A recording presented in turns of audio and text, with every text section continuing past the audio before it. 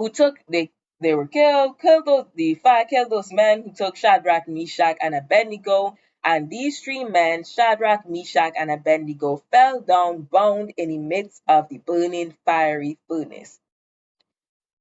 So if I was to compare this to what's going on in my life right now, the law enforcement did come in and take my husband. It did throw him in jail. He's in pretrial detention right now. His trial is at the end of January.